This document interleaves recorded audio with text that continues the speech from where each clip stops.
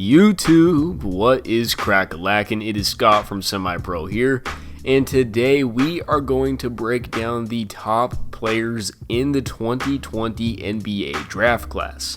I am honestly 100% out on this year's class as a whole. Although the NBA draft is notoriously just a total crapshoot, I think the draft is not deep at all and extremely top-heavy, like extremely. I do not even see one sure thing player in this class, and there is normally at least a couple of guys in each draft that you know are going to be able to play. It is going to be a total crapshoot, and a lot of these guys' success is going to depend simply on where they land. So in this video, I'm going to do a breakdown and rank my top 5 prospects in this year's draft class based on my analysis of their games from my film study, not based on Chad Ford, Mark Spears, Jay Billis, or anyone else's opinions. This is all me. So don't be in the comments calling me an idiot for having opinions, because they are just that. Almost every draft pick in the NBA is a total crapshoot. We can pick the guys who we think we can play, which is still very important, but you just never quite know for sure except with certain guys.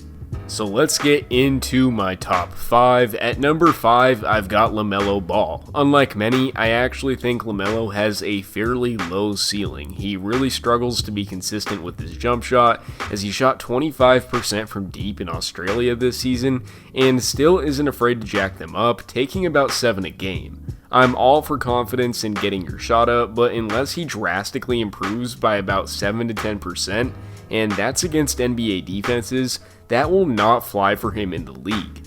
In my opinion, Lamelo is going to have to be able to adapt his game by being a pure point guard. I think he can be damn good at it too. He has a great ability to see the court and make plays with his ball handling and passing ability at a quick pace. At 6'7", he has great size, exceptional for a point, but lacks the athleticism to go along with it. All in all, he will have to adapt his game to the NBA level. I see him as being a much bigger Jason Williams, Mike Bibby, or even like his brother Lonzo type of player, with a little more upside as far as the scoring ability goes. He is also a good to average defender, which will help him adapt pretty quickly in the NBA. At number 4, I've got Obi Toppin. I really like Obi. He's athletic, he can play a nice overall game, and will be a good piece in today's NBA. In my opinion, he's probably the safest pick in this draft as a guy you can trust in your starting lineup for a long time at some point, but I don't see him being any kind of transcendent star or even perennial all-star. If it was 2005, I think he could be like an Amari Stoudemire type of player, but it's 2020 and that is just not how most offenses run now. Regardless, he can shoot the 3, play inside, and just be an athlete. Any team should be happy to draft him. That said, I don't know how well he will adapt defensively. He is a little heavy-footed, but he should be able to adapt just due to how much of an athlete he is. I think he's got a decent ceiling. He could end up being comparable to Blake Griffin one day, but his floor is also really high, so there's not really a lot of risk here, and I think at his worst, he is a less effective but more athletic Paul Millsap. At number 3, I've got Patrick Williams. I love everything about this guy. He's long, he's hyper athletic, he's intense, everything you want out of his type of player, a lockdown wing. He's going to instantly translate well into the NBA just because of his defensive ability. He has a great IQ, all the athleticism, and insane natural instincts. If nothing else, he's going to make for a great defensive specialist. Offensively, he is raw, but he does have a bright future. With some development, I think he could end up becoming one of the best out of this class. Some team is going to get him for a steal in the 8 to 12 range, and he will immediately be an impact guy even though his offensive game is very raw. His ceiling, and I know this seems high for a guy like him, is a Kawhi if he can develop offensively. He has that same frame and ability to be a pure ball stopper. His floor is a bigger Andre Roberson if he never develops offensively. Either way, by drafting this guy, you are getting a top-tier defender. At number 2, I've got James Wiseman. I can totally see the upside in him, although he is not my favorite prospect. The man has a really nice, well-rounded game for someone his age, but when I watch him play, I just can't help but think, what is his role in today's NBA? He does have game though, and his athleticism is top notch. That and his size are what make him a top prospect here, but his game is more than that. In my opinion, he has the best post game for a big I have seen out of the draft in some time, and has a really nice touch. He's a terrific rebounder who has a natural instinct for getting in position, and combined with his long ass arms, should be instantly a good rebounder in the league. Defensively, his athleticism can only carry him so far.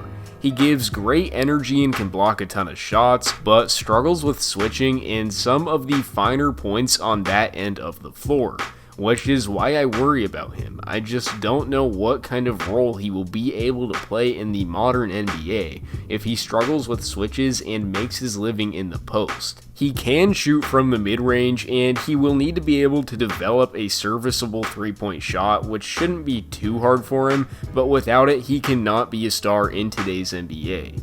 His absolute floor is a Tristan Thompson-like guy who can rebound all day and get some buckets inside, but he has the upside to be an Anthony Davis, Hakeem Olajuwon type player who has wicked post moves, good athleticism, and good defensive skills. It is really going to depend on fit with him. How will the team he goes to use him? What is their end game? For this reason, I think him going to Golden State will set him back a bit, although he would be a good player for that team. As my number one player in this draft class, I have Anthony Edwards. This is by far my favorite guy in the class too. I think he has the highest ceiling in today's NBA with the potential to become a Dwayne Wade type of player. His scoring ability is elite and can do it from anywhere on the floor. He shot a less than stellar 29% from deep this season, which is my biggest concern, and in order to be an elite and efficient scorer today, that has to rise, which leads me to saying he has a very low floor if he can't figure out more consistency there. But that isn't to say he can't shoot. He definitely can. It just needs to become more consistent. This is a boom or bust pick, but the boom potential is amazing, and if I was a GM, would take that chance. Where he goes is going to be huge. I think he benefits most on a struggling team right now without many other scoring options, where he can just go out, score, and develop his game against NBA defenses. If he gets into a situation where he has to adapt to a new role, I think he struggles because his game is to put the ball in the basket. He is a true power guard with the ability to get his shot off anytime he touches the ball, with some really well calculated Harden-esque dribble moves. It comes with risk if he can't adapt and be more efficient, but I am all over Edwards if I'm a GM. So that is my top 5 players in this year's class, but as a bonus, here are some of my sleepers. Devin Vassell, he has the potential to be a really good 3-and-D guy, perfect for the modern NBA. He will be a steal if he goes to the right team. Cassius Stanley, he is really good in transition, he can hit open threes, and he's an A1 athlete. He can make for a really nice piece for any contender to have down the road. And Sadiq Bey, another 3-and-D guy I am high on. He's not much more than that, but could find a nice role for himself in the NBA. And those are my guys. Besides them, there isn't too many I like. I'm out on Okongwu, at least as a top 5 pick. He's got potential, but I don't see anything super special. I'm out on Denny, I'm out on Hayes. Like I said, the draft is a crapshoot, and any of these guys could pan out or be busts, I don't know, but based on the film I've watched and the stats that I value, those are my guys that I like in the 2020 NBA draft. It isn't deep at all, but there could be some nice pieces. The problem is they're all just really raw.